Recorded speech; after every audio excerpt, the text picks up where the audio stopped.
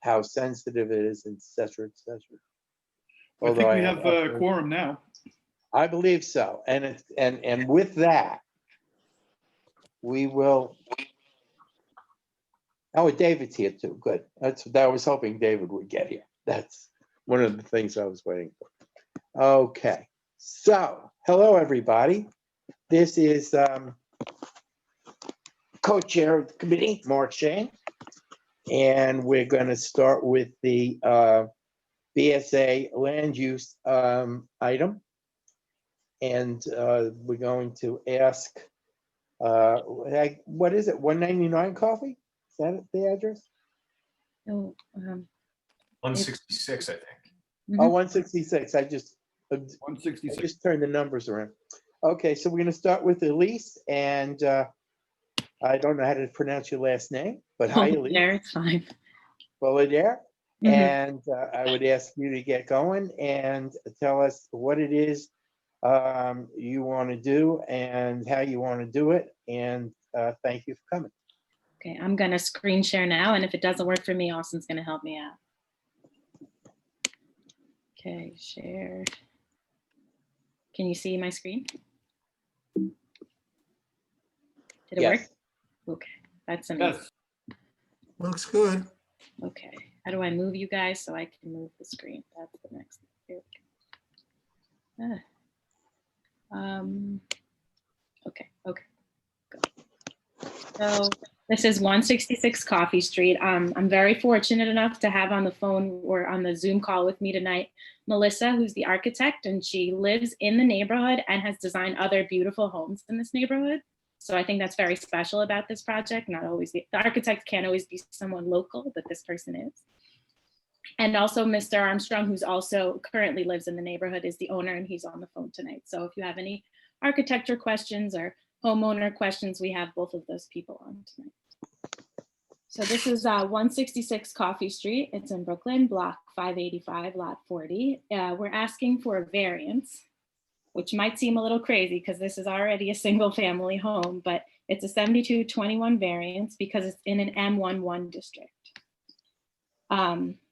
Even though this has actually been a residential home since the 1880s, and I don't know if everyone got a copy of the entire submission, but the owner had a historical report prepared showing the history of this residence from the 1880s, and you can see in sandboard maps the actual house that stands there. And if you go to the house today, you'll see a house that looks like it's from the 1880s, kind of dilapidated. So what we're trying to do is bring back a beautiful residential home and keep with the historical use that's already there and keep with the idea of what's already there. And this street is filled with, you can see on the site in front of you, the homes on either side. Some of them are like 2-family, 3-family, there's 2-family on either side.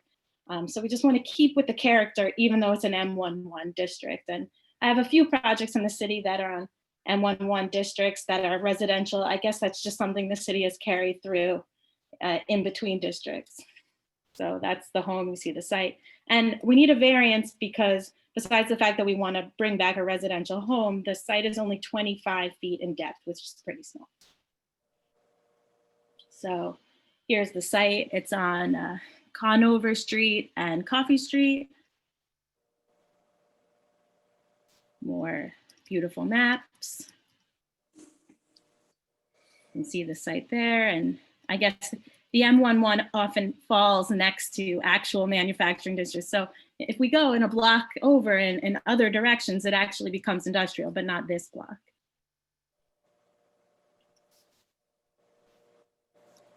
So you can see next door, there's a 3-story residential building and a 2-story residential building. And then you can see the district. Where you see all those industries is mostly the M21 zone, which is closer to the water. Here's a land use map. So everything in yellow is residences.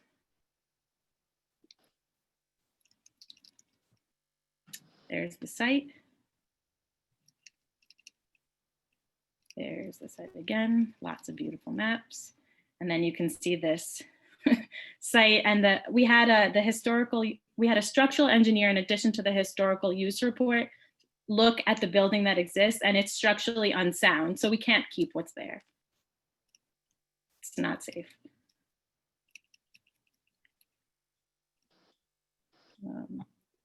Pictures. If someone lives there, they can take their local city bike, which is very nice. Application maps. I'll get to the plans eventually.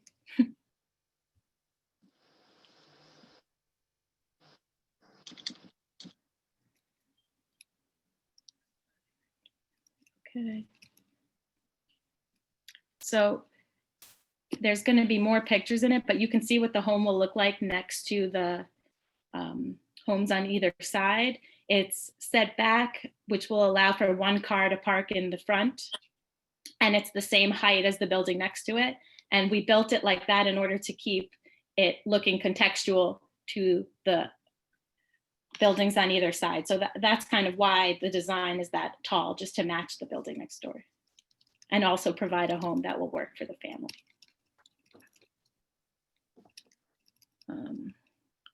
So this home will be 3,591 square feet, 1.44 FAR. It will provide a 30-foot rear yard.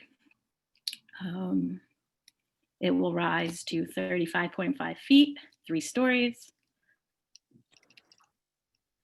And here, so the first floor will have a living, kitchen, and dining, and a porch. Then there's the cellar. And then the third floor, that's the third. So where's the first? Okay, third, second. The second floor is bedrooms and bath. Then the third floor is master, study, and terrace. And then the roof. And then here's elevations. And I'm gonna go back to what the home will look like in 3D, because I think that's a nice point to discuss for questions and comments to see the home in context. And for a single family home, we didn't have to do financials because it's not a requirement for a single family home. So we didn't have to do the B finding. And what was this? Okay. The owner didn't create this problem. He bought the property like that, and it's existed like that since the 1800s. And the zoning resolution was written in 1961. And I think that covers, and there's no violations on the site. So I think that covers all of the findings of the variance.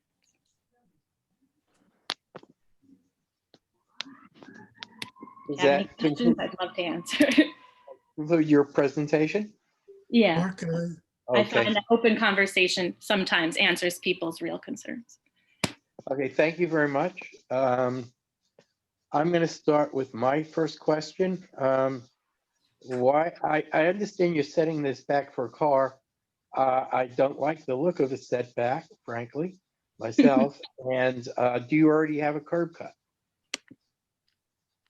Let us go back to the plans, and Melissa can probably help answer these questions. There's not currently a curb cut, but the house is set back approximately that much currently. Okay, so you're asking for a private parking space for the prospective owner of a one-family home, correct? Correct. Okay. All right, now, any questions from the committee? And also, I would just, oh, no, never mind. Yeah, understood. Never mind. Sorry. And Yes, Ty, may if I you would ask- help me? Salick, may I ask why, if you wanted a on-site parking spot, you opted for the setback and the a outdoor surface level parking spot rather than a garage? The concern was the trying to accommodate the client's desires for the number of bedrooms and to not have the building too high. If you add the garage on the ground floor, then you lose obviously you basically lose the living room, it just comes kitchen and dining. So the thought was, because Lyle's house, the gentleman who lived there previously, sorry, was Lyle. So the house was always set back, so we wanted to keep that setback. And then once you do that with the rear yard setback, the 30 feet in the back, keep a front yard setback and the rear yard setback, then your envelope gets condensed. And so that desire was to just have surface parking. And it was, you know, and yes, and to keep a garden in the front. So it's a nice kind of entry, especially with the porch. And Melissa actually lessened the front yard setback. It used to be 17 feet and it's now 15. Mark, I have some questions. Well, please, Jerry, I would Okay. love to hear your question. I guess one of the things that I find a little that you haven't covered is exactly how this would, the point of 7221, that the specific design would not alter the essential character of the neighborhood. It's very modern.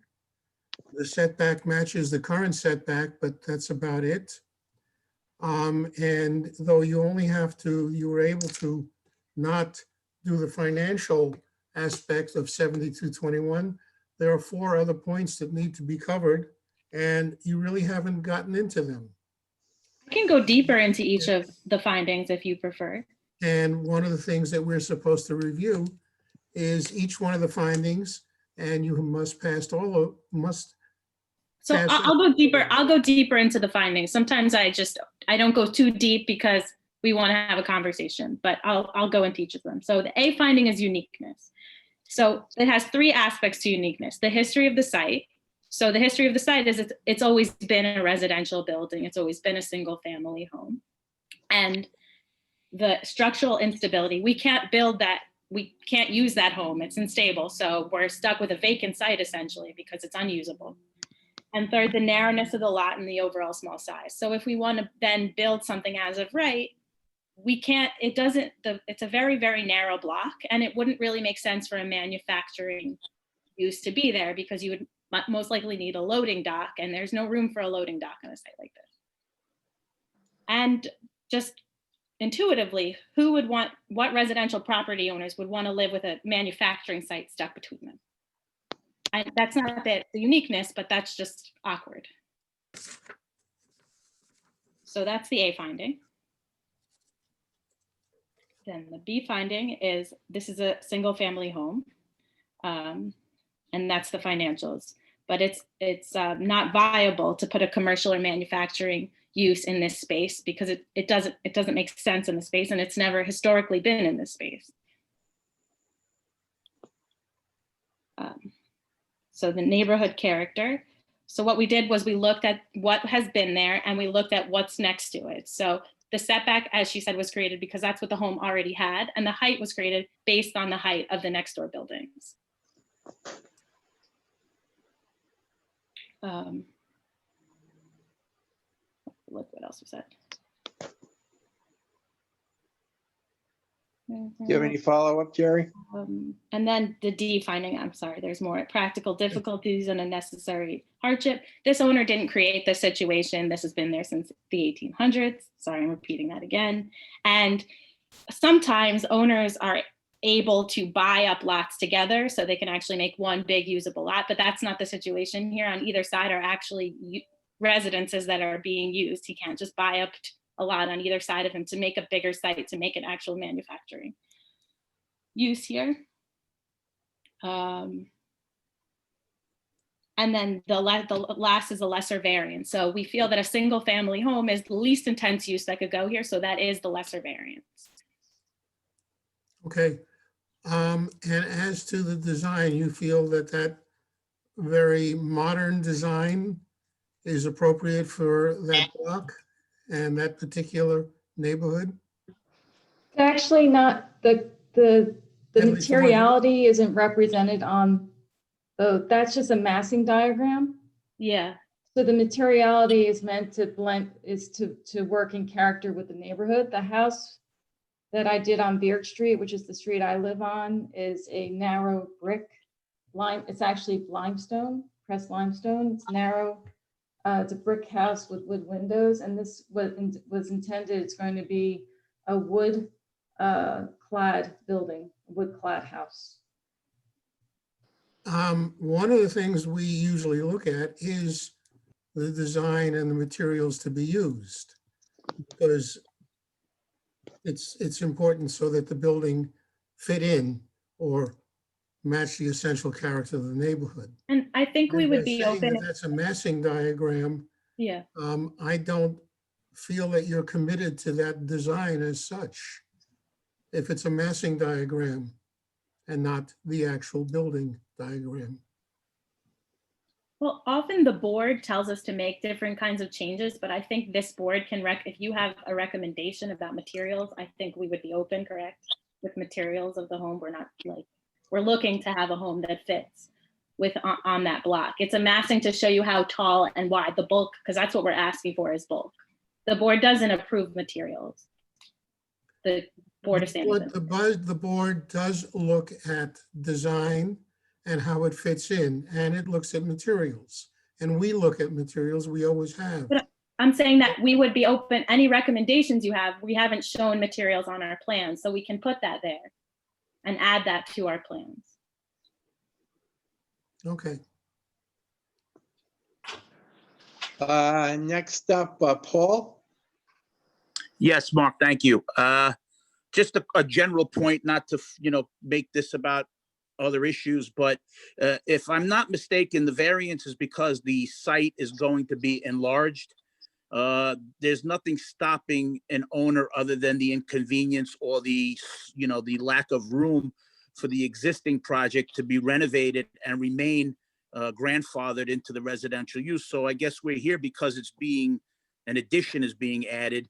And just want to make a general, note for the record that we have been talking to city planning and others about how we can allow non-conforming uses in manufacturing areas to get a little bit more room when they want to modernize or make a house more sustainable, either for its aesthetics or for its infrastructure. Having said that, I'm really not. I know that we have to look at the look and the how the building fits in and the unique circumstances here.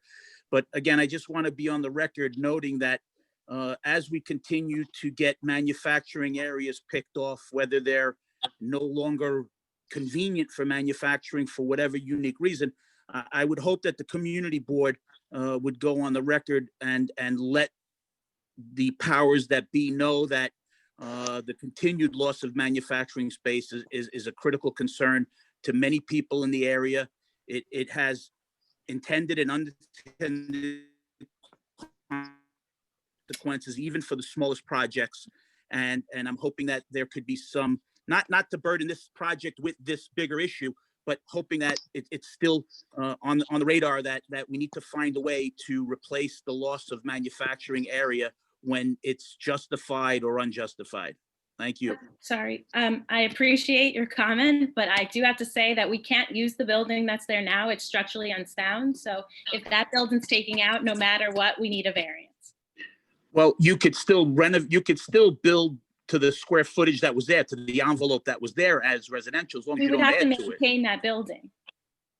Correct. We can't maintain. Well, it. you could keep the foundation though. I mean, you could take it down to the foundation and put a new structure that does not grow in size. I'm pretty sure that, and I would have to recheck with the structural engineer, but I'm pretty sure the structural engineer said there's no keeping this, any part of this building. It's not. If I can add, the building, I'm sorry, the buildings in if you go in the basement, it's kind of cobbled. It's a red hook. I'm going to call it a red hook special. That's what my house is. And God bless that it's still standing, because I'm a little wood frame house on, logs. But I'm between two big brick buildings, so our building stands. So it's a very small footprint. It's only 1,200 square feet, more or less, the existing house. It's like one room over one room with like a shanty shed kind of addition on the back. And then the existing foundations are shot. So it's basically something that's got to be built from foundations all the way up. And that- Again, I appreciate that, and it's justified in the ask. It's just, again, our concern as an organization, as a group of businesses, is the continued picking off of manufacturing space for whatever reason without a valid plan from the city And- to yeah. help I would love, compensate. yeah, and I would love to have a conversation with you as someone who lives in the community, because the problem Red Hook's having right now is that all we're getting are last mile trucking, right? Which are horrible uses for You know, I it's a thank very you for your residential comment. neighborhood. Well, And I would thank you love for to your continue the comment. And conversation. hold on. I thank you for your comment. I agree with your comment about last mile trucking, but that's not what this is about. Oh, So- no. I'm not mad at you guys. I want to actually have a conversation and help you advocate. I'm just saying that because I think it's, you know, I'm in the M11 R5 mixed use district, my Mhm. particular house, but Beard Street is M11 R5 mixed And- use. yeah. So I I'm would- not arguing. I understand your point of view and the problem I that. hear you, but we're talking about 166 But Coffey this Street. specific project, we wouldn't be taking away from manufacturing because this has been residential since the 1880s. And we would be asking to put in a manufacturing use in between a bunch of residences. So people would have to live next to a manufacturing use that has been. Right. A bunch of non-conforming uses, and I don't want to get into the niches on this. I'm just saying that I'm hoping that we could send a note asking the city to continue to look at ways to compensate the loss of manufacturing space. That's it. I'm not trying to burden you Okay, I'm with the just, bigger issue. yeah, I'm just trying to Okay, clarify like can what we we're looking. Please move on. Thank you. Sorry. Paul, we have already asked for that there not be a loss of manufacturing space. We can reiterate that, okay? Thank you, Mark. All right. Now, if we may hear from Ariel. Hi, so this is kind of a good follow-up to Paul's. So floor area is increasing by about 1,000 square feet, is that right? What did you just ask? I'm sorry, I The didn't hear you. floor area is it's hard to tell from. Yeah, that's right. 2,500 to 3,591. Yeah, okay. So my point is only that, you know, this was an M1. I think the use, I think the building, all that is absolutely fine and coherent. I don't think it's fair to say the owner, what was the language there that it was about the owner being stuck with this, because I don't know when the owner bought it, but you know. It's about the land being stuck with it and that the owner didn't create that situation. Okay, but the owner goes into it knowing the situation. Yeah, So- yeah, but the point is the land is just not being used and it's vacant. What can we do with the land to make it? So you could build, as Paul was saying, and Paul's issue is about the use of the loss of use. But as you point out, there isn't a manufacturing use there and there wouldn't be. My concern is that the owner is getting a free and unfettered 1,000 square feet of prime real estate without any give back to the neighborhood, essentially. So what Paul had mentioned earlier tonight in an email, and I don't know where these conversations are, is that somewhere there should be some kind of, you know, I don't know what the correct term is, quid pro quo, something back that we get back to the community, and that might be in the form of additional manufacturing somewhere else in the M3 zone or the M2 zone, but something so that if we give this variance, we are essentially saying to the owner, here is a free 1,000 square feet of great prime real estate in New York, and we don't get back for that, as far as I can tell. I think what we're looking from you is for recommendations. What would you like to see in this space and how can we compromise with you and see something good in this space? But I don't think the owner only owns this space. So this is all. I understand. My concern is I don't know that there is a mechanism in this particular situation for the owner to give back. And so without that, you know, I might be inclined, although probably not, because I think it's a fine project, but I might be inclined to say, why should we give that? And why not just build to the 2,500 square feet that was there? Yeah, I think that other community boards in situations like this, because I have a lot of single family home variants, like tiny little lots throughout the city, is your community board, I think, should put in your conditions, like your general concerns, like, okay, this project makes sense, but we just want to make sure that your board doesn't go willy-nilly approving variances because we want to keep the manufacturing. I think it's important to realize, one, we don't go willy-nilly approving variances. Well, And as much as I would like to agree with Ariel, under 7221 or a variance, there isn't a place to get a quid pro quo, as you call it, said. I don't know the right language. No, under a rezoning, we can do it. Yeah. And Glenn, I Right. know you have your hands up, so I'm going to be quiet. So I will also support you, Paul. I think you should capture whatever manufacturing is lost, and I will say no more about that. Don't want Mark to be mad at me, but I agree that we shouldn't lose. no, manufacturing. don't say it. We're not going to get into it. I've got a question. When was the property purchased?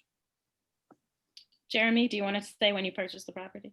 I think it was purchased November of a year ago. Okay, so that leads me to believe that to some extent it is sort of a self-created hardship. If you buy a property, wait a minute, if you buy a property that, you know, won't continue to stand up without substantial renovation, then, you know, in some ways you've kind of created the hardship. I'm not saying that would put me against this. I'm just pointing it out. I've got a couple of concerns. I don't like the setback. I know that was mentioned earlier. I think you've got a reasonable ask here to maintain the residential use. It would be silly to have a commercial property there. But all the other buildings are built out to the sidewalk, and this one is set back, and we have an opportunity to kind of increase or maintain the look of that little collection of nice little brick houses. I think this should be a red brick house. It should try to fit in, as Jerry said, you know, this has got to not do harm to the community. And I think if it was built out flush with the other buildings, if it was red brick, I'll tell you what would put me against this is a curb cut for a single family home. We are just doing away with parking requirements on huge projects. To allow a curb cut for a single family home just seems absurd. Got a question about the adjacent zoning. If you could go back to the zoning map, I think the nearby blocks are zoned, if I thought I saw R5.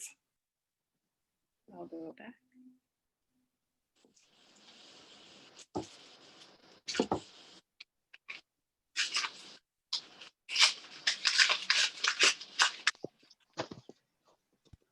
There we go.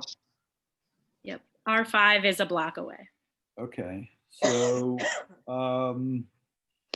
R5 would allow an FAR of 1 1/4 or 3,125 square feet. You're actually asking for more than that. And that might be an area where we can do some horse trading.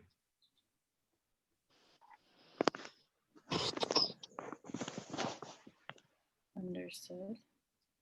And I think that after hearing all of your comments, obviously we'll have a conversation when this is all done about, because this is the land use, how we can potentially redesign the building based on. I have no problem with granting this, but with, you know, Yeah. with conditions that it blend in with the little residential enclave on that in the middle of the block, and not detract from it by sticking a parking lot in the front of it. Mark, can I ask a question, a procedural question? Yeah, I do have other people asking questions, but Jerry, go ahead. Have you been calendared at BSA? Not yet, no. So if we think that it would be wise, or you think it would be wise to withdraw at this point and come back at a later date, that is possible. Am I correct? Yeah, I mean, we wouldn't withdraw. We would just create new plans and come back to the land use meeting for new Okay. plans. Thank you. Yep. Okay, Joanna? You have your hand raised? Yeah, hi, just unmuting. I am seconding everything Glenn says about the parking situation. I don't think a car in front will fit with the existing character of the other residential units on that block. And I also was curious about, from the design standpoint, any flood resiliency mitigation kind of things that are built or not built into the design. I didn't pick up on that, and I know it's quite close to the water. This is actually one of the highest points in Red Hook. It did not Okay. flood during Sandy. My block flooded, but I don't have a basement, so I didn't flood.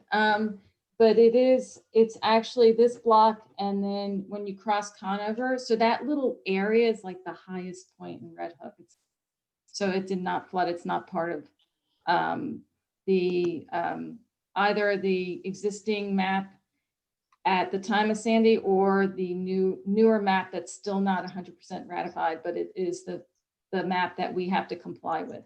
And I just want to mention something towards the water side of the block. There are 2 houses that are set back all the way to the back, and they're also wood clad. There are some wood clad properties on that block, and the block has a mixture of buildings that sit on the front property line and also buildings that are set back. I was just going to add that I'm sorry, I don't think I have it on this slide, but we did have to submit, so it's in the full package, a FEMA maps. And it's funny, if you look, you can see what Melissa was saying about it being the highest point. There's like kind of a bubble where it's not in a flood zone, and the block this way and the block this way, they're all in a flood zone, but we're actually not.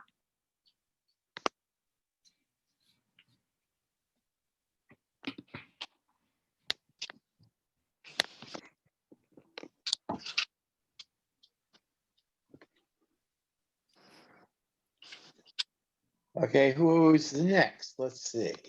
Mark, I see Paul has his hand up. I don't know if that's a second time or not. Can anyone hear me? Can you? No, I'll take my hand down. I've my answers, I don't want to get further into the weeds with what's not being discussed right here at hand. Thank you. Can anyone hear me?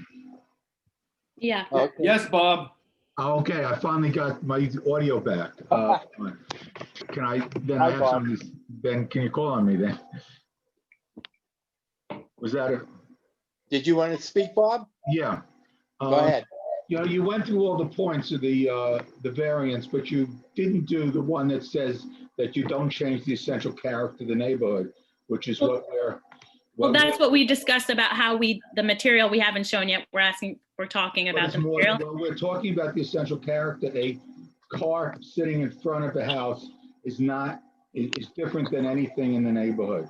Well, Melissa just explained that there are other homes that do have that are in the neighborhood, but maybe not the ones on either side. But we're going to go back after this conversation and have a design conversation. So Okay.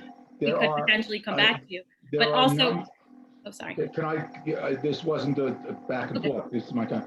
There are a number of carriage house looking or were ex-carriage houses. It could easily look like that kind of a carriage house and be a garage front. Especially if you bring the building all the way up level, which is what almost everything is. And I think it can easily be figured out to do. You convert into the garage. Understood. That to me is the character of the neighborhood. David, did you want to speak?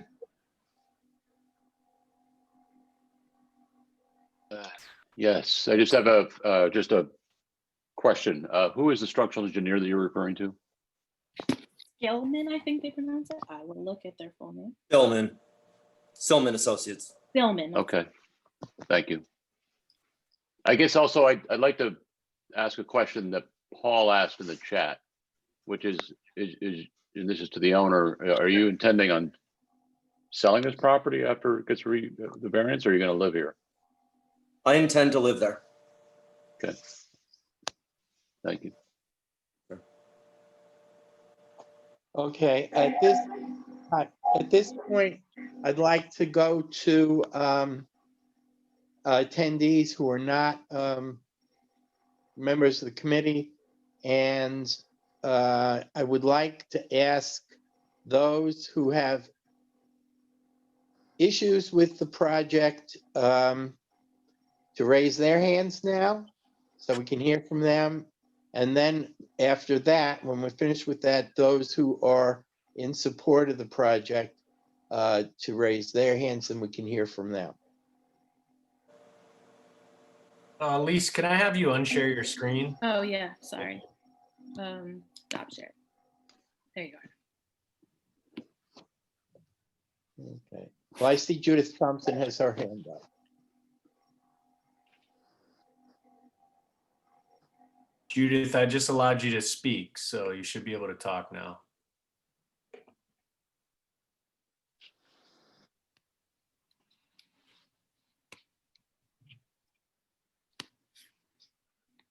She's still muted.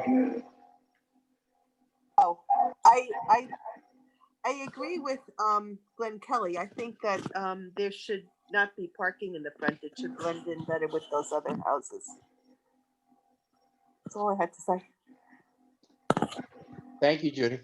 Anybody else wish to speak with regard to pro or con on this as it stands?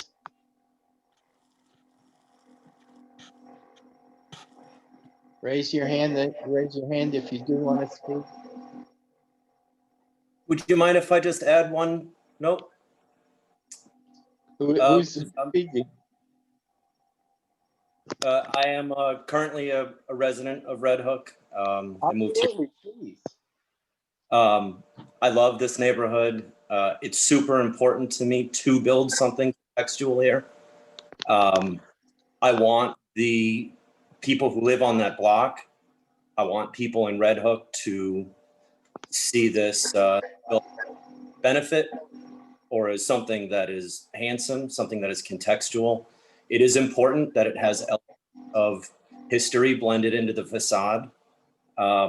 It's supremely critical to me that walking away from this, should it be granted, that it would be an aesthetic improvement for the neighborhood and not an eyesore. And that's a real challenge with regard to material selection and design. And I don't know that that's really captured in the massing because those details haven't been brought to fruition yet. But I would just tell you that that is an endeavor that I have, that I would want to have happen.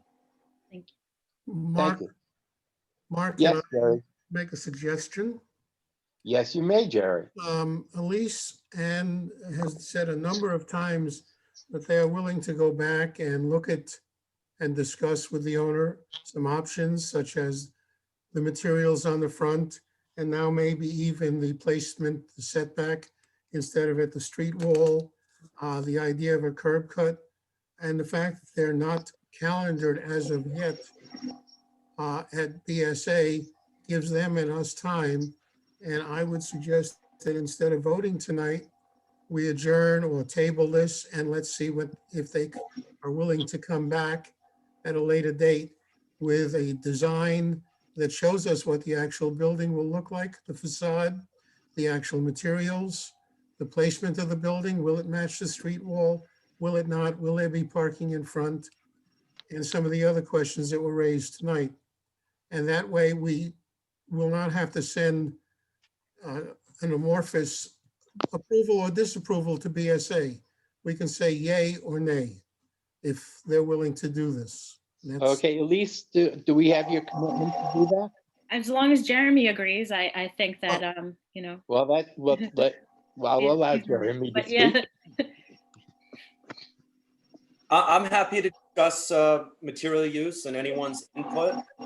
I would say with regard to the setback, I mean, my personal opinion is that it is appropriate and is contextual, partly because it has been that way for a long time, partly because there are a couple of other homes that are set back, but more just because it gives the block a little space, a little depth of texture. I think if the building were to be flush with the other buildings. I mean, if you built it that way, it would kind of look like it was always that way, but I don't personally think that that would benefit the block the most. I think it allows a little more air, a little more depth of texture and character, and I like the way that it's set back, but I could appreciate someone's position otherwise. Okay, thank you. If the main What we're purpose is to put a asking is car you there, commit- then that takes away from what you just said. So I'd encourage you to do away with the curb cut, to use red brick so it looks like it belongs to that collection of buildings, and consider making it blend in through the use of appropriate windows and doors. But good luck. Thank you, Glenn. May I I think- please, what we're asking is, are you committed to come back to us? That is the commitment that Jerry asked for. Yeah, we will come back to you. We can certainly give you an explanation for anything and new material and show materials. We haven't shown any yet, and we're more than happy to come back. Thank you very much. And I would ask you to try to read the room when you come back, and perhaps you might want to rethink some of the things. But in any event, in that case, do I have somebody who wants to make a motion to table? I'll make that motion to table since I brought it up. I will second it. Okay, in that case, there's no debate on motion to table. All those in favor of tabling, keep your mouth shut. All those who are opposed to tabling, raise your hand.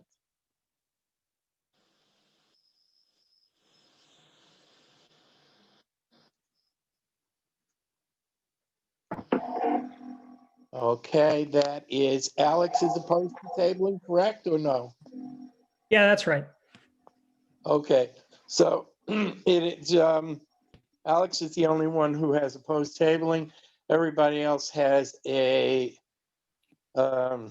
consented to tabling. So the motion to table is passed, and we are going to table this matter and reschedule it for when you have new plans to show to us that have that hopefully take into account the comments you've heard here tonight. Thank you so much for coming. We really do appreciate it. Thank you. Thank you. Thank you.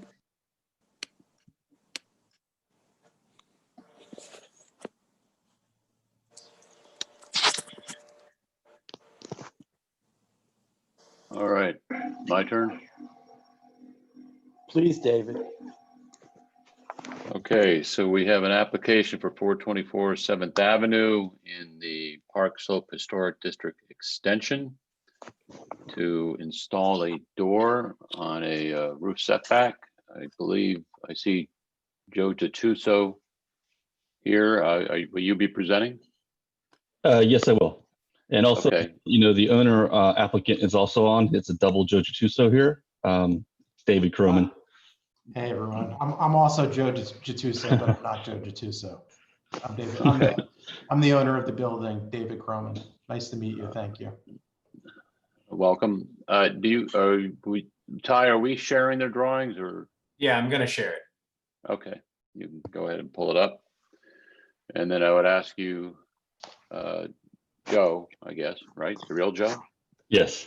To just take us through the project. Okay, so as you said, we're applying for an enlarged masonry opening. It's at a secondary facade, and it's to accommodate larger doors to access an existing terrace. The owner is renovating the interior. They're also the occupant. And as part of that renovation on the interior, we want to make better access and a connection to this terrace for the owner. Outdoor space is very important these days. So the slide that's up right now that basically shows the location. We're at the southwest corner of 7th Ave and 14th Street. If you might go to the next slide. Basically, it's going to show the existing building. These are the primary facades looking at that southwest corner, tax lot photo from the 40s. Existing conditions hasn't really changed much over the years. Go to the next slide, please. So this is the view from 14th Street. Yeah, looking towards the building at the corner. This is just outside the district. You can see that there's the existing garage, which is what the second floor terrace is on top of. There's an existing kind of lattice work fence Those things are not getting changed. It's not part of this application. So if you mind going to the, yeah, right there, and to the next slide also. This then is showing on the left what the existing condition is, directly looking at that terrace and second floor. And on the right is a rendering of the enlarged opening. There's an existing opening now. It's a single door. And we're proposing basically to install a double door. It's slightly taller also. Go to the next slide, please. Which will show the view from the actual terrace when you're standing up there. So you can see that there's this kind of small set of doors with a gate. Taking that off, expanding it, and adding a pair of doors. So right now the masonry opening is 3 feet by 8 feet. We're proposing a 6 foot by 9 foot opening. If you go to the last slide, please. And so here you get the existing and proposed elevation side by side, basic sections through, and small part of the second floor plan. It's a living space that would be up against the terrace. And so that's really essentially the project. I don't know if there's anything, David, that you want to add? No, that's it. You know, we've had several conversations with Landmarks about it, and they seem generally favorable. You know, haven't had much objection, but, you know, recognize that we, you know, had to go through the process. And I could say that, you know, I'm 5'8" and 160 pounds, and I could barely fit through the existing doors myself right now. So it would be nice to be able to open it up a little bit onto the living space, bring some more light into the apartment, and you know, have a more usable living indoor-outdoor space. Okay, so we'll open this up to the committee. Just Joe and David, just so you understand the rules, that I'll call on the questions. You guys can answer them once there's a committee, or I'm sorry, a motion that's been accepted by the committee. The conversation will just take place with the committee, and you can only answer if someone asks you a question directly. So I saw Bob's hand up first, and then I saw Glenn. Notice the old door had a metal guard, you know, an extra door, and obviously there could be an obvious need for it. Are you planning anything as a security gate on that door that you're putting up, either in, before, or either side of it, in or out? No, there would be no security gate on there. Thank you. Glenn? I see on the existing condition, LO6, you've got double doors there, which might explain why it's difficult for you to squeeze through it. Why not just add a single door there in the existing opening? I mean, Joe, do you want to? Are you planning on putting on a lot of weight? You need the big double doors? I mean, I'm spending a lot of time at home eating, so the answer is yes. Well, essentially, like David was saying, we're trying to make this space more part of their apartment. So by creating a larger opening, you get more glass, you see the terrace more, you experience it more from the inside. It brings more light into their living space. So it's really just to create a better connection for the family to use this outdoor space and feel like it's part of their apartment. And I'll also add that, you know, you saw the rendering, obviously, but you know, for the most part, this is screened behind the wooden lattice parapet onto 14th Street, which isn't landmarked. So, you know, we were thinking it was not, you know, such an obnoxious ask. Okay, other questions? Joanna? I had a couple questions. One, the rendering seems to show a lot of panes on the new doors, the fenestration. Just curious about how that talks to what's already there. And then also wondering if the proper Joe played around with different alignments of the new door, like centering or pushing it further off of 14th Street, so it's less visible. Just curious about that. Okay, so the divided light aesthetic is kind of a request from the owner. It's not necessarily something that's on the primary or secondary facades. The size and location of it, we have it centered more to the interior space so that when you're on the inside of the space, it feels, kind of symmetrical to that. The height is aligning with the primary facade opening so that when you're inside the space again, there's a continuity and alignment inside the space. So we didn't really try shifting it over so that it had the alignment on the interior. And we also were trying to align the tops so that there was a continuity on the inside.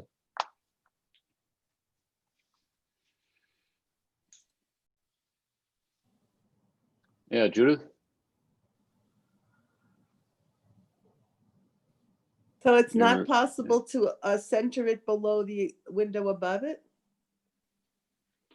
No, it would hit the corner essentially of the room inside if we did try to do that.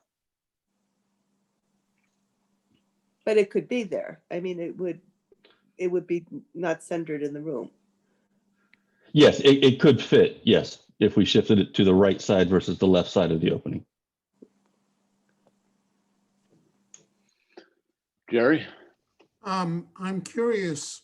I know you said that the 9-foot height is based on the interior space, but yet if it would be lowered to the existing height, to the height of the existing door, it really wouldn't be seen, because in the pictures you showed us, what we're seeing is the top of the door over the fencing, so that if it's lowered, then even just to 8 feet, which is still very tall, and I don't think either of you gentlemen are 7.5, 8 feet tall, that it wouldn't be visible. Very good. I would So support I'm that, Jerry, curious- if it's a motion. What? I would support that if it was in the motion. And I was getting there, Glenn. No, no, no, I'm not rushing you. I'm just saying, I think that's a good point. I think you've got it. Yeah, you're right, Jerry. We agree with you. Okay. And I'll that's second. Wait, I haven't said anything yet. Let's finish the questions What first. was the motion? I'll say, motion is to recommend conditional approval to LPC. Oh, wait, I'm sorry, Jerry. Hold Oh. on. Does anybody, let's just make sure no one else has any more You questions. got it. No problem. I can't, Deb, Pauline, Mark, and Paul, I don't see your faces, so I can't tell if you're, I don't know, Ty, can you tell if they're raising their hand or anything? Okay. Everybody else is good? Wake them up, see if they have a question. Oh, they're probably eating dinner. Yeah. That's what I do, just so you all Yeah, know. and it wasn't my intent to like pressure you into making a motion. I merely wanted to demonstrate my support. Oh, okay. No, I just want to make sure we give everybody a chance to Absolutely. inquire. Does anybody else want to inquire, or should we let Jerry go for the motion? Can I just say that, Daniel, I'd be in favor of just approving it as presented, but I'm willing to hear the motion. Okay, go ahead, Jerry. Motion is to recommend to LPC conditional approval with the condition that the new door be reduced in height by 1 foot from 9 feet to 8 feet, thus making it less visible from the street. I'll second. I'm sorry, who's second? Maddie, okay, so Jerry. Question. How high is the top of the window? The top of the window, the secondary facade would be aligning with the 8-foot opening as it is now.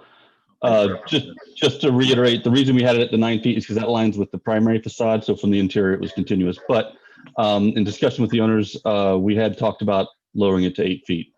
That's an accommodation. Sorry, Jerry, and you said at the end of your motion, so it was not visible above the fence? Less visible. You're muted. So it's less visible because it is visible either way. Even if it's lowered by a foot?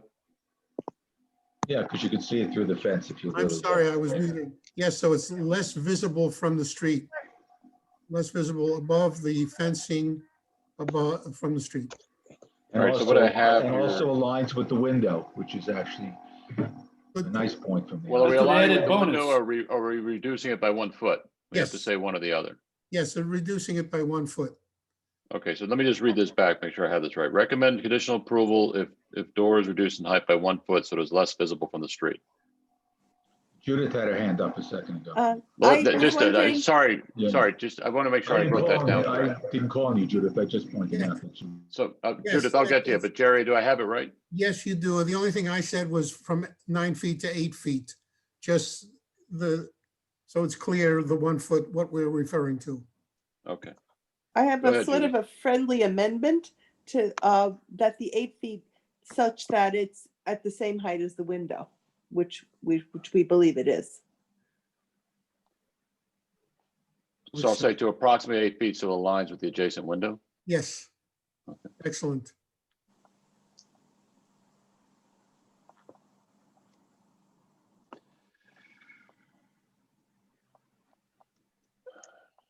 But he's doing anything, I'll call the question. The, Yeah, we've got two co-chair has questions. his hand up.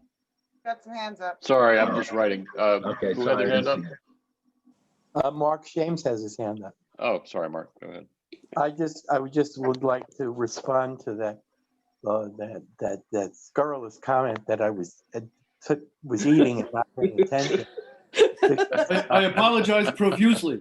I want you to know that I do pay attention, and usually I'm very reticent to speak. You know that, but in this case, I didn't have much to offer except to congratulate the Mets on the Lindor trade. So with that, I'll keep my mouth shut from here on in.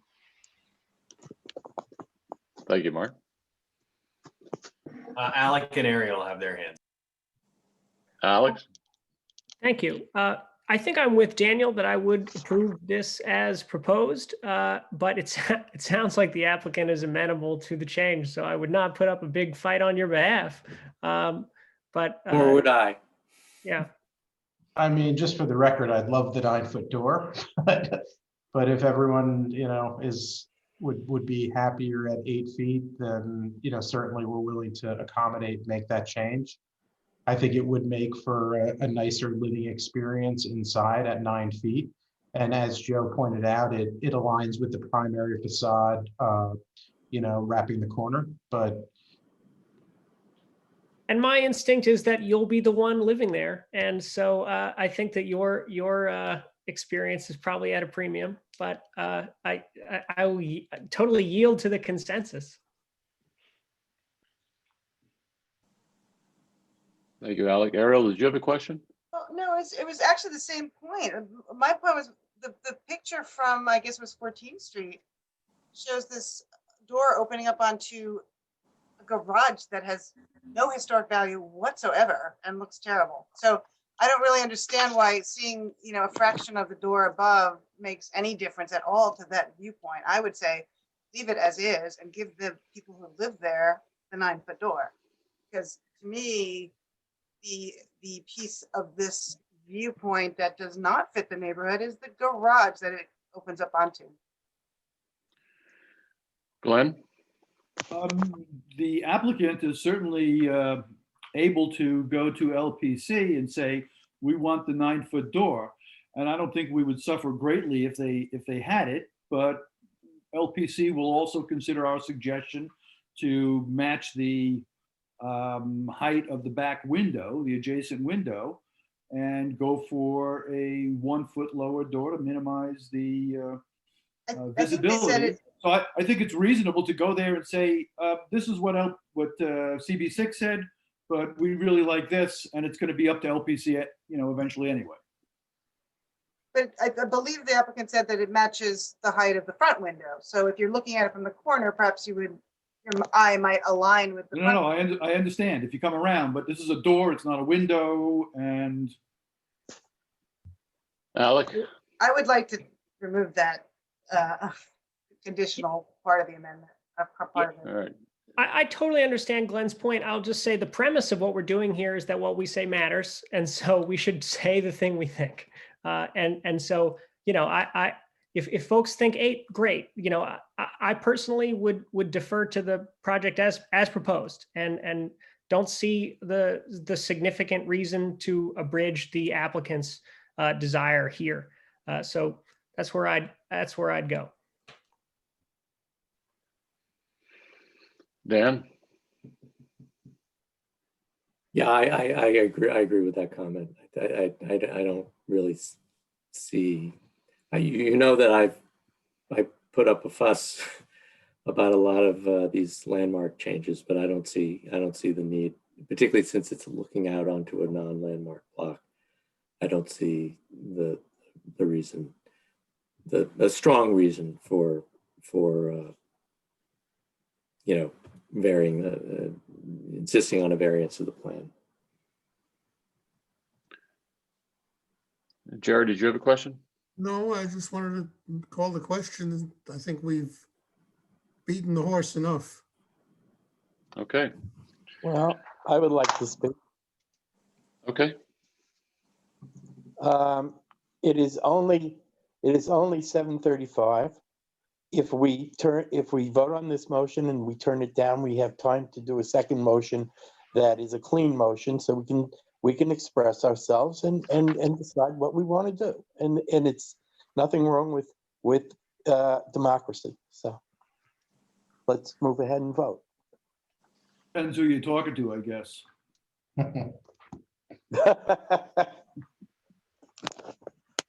Okay, so just first of all, did we lose Pauline? I don't see her Okay, listed. so we have, there's 13 of us and that's still a quorum, right? Oh, yeah. Okay. All right, except for Paul Basile and Deb Scotto, I can see everybody. So if you're in favor of it, put your hand up. No, actually, I'm sorry. I'm overthinking. So Glenn, Maddie, Bob, Judy, and Jerry. So that's 5. Paul raised his hand too. Say that again, Ty. Paul raised his hand with the raise hand thing. So I think Paul is voting yes. So we have 6. Yeah, I had my hand. All right, and Deb did not. Okay, so just make sure I have that. Make sure I have that again. So Glenn, Bob, Maddie, Paul, Jerry, and Judy. Yes. Those are the 6. All right.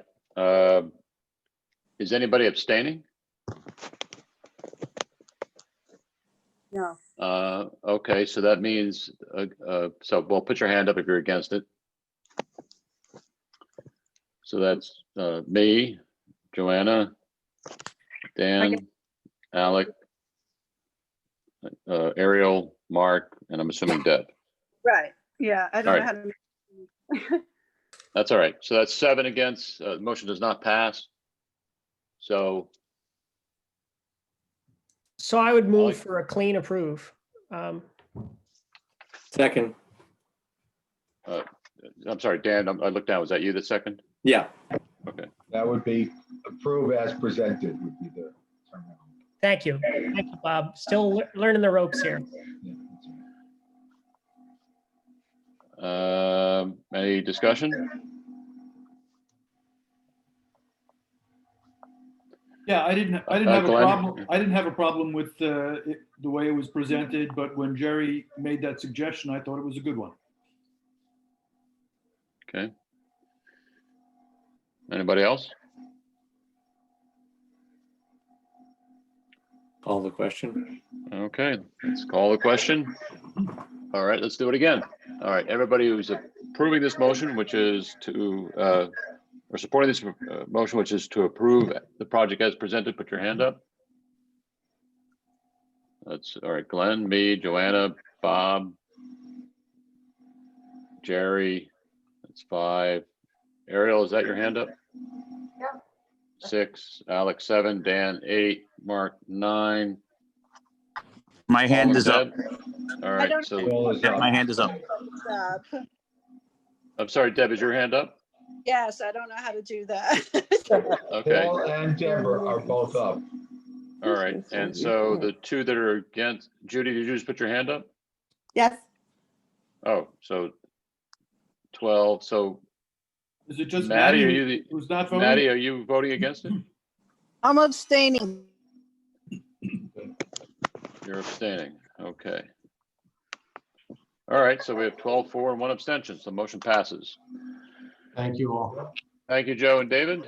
I think this concludes our committee business for this evening. Ty, I just have one procedural question. The minutes, and I know I've emailed them to you. How are we generating, received them. approving? Oh, we should probably start approving them at these. So next month, I'll bring the minutes forward to the meeting. We'll send them out the day before, or maybe even the week before with the meeting announcement. And Okay. everyone will have a week to review them, and then we'll vote on them as we normally would. Okay, Sounds good. very Take care, good. Can I Happy just New say Year, that? everybody. Can I just say that as I see in my inbox that our president has tweeted another video, I'd just like they to say let him it's tweet a again? privilege it's a privilege to have participated in this electronic temple of democracy. Well said, Dan. And no chaos. Dan, I'm about to Maybe come to argument your is house and okay, sit in your desk. All right. Thanks, Wait, everyone. somebody's pounding on my door.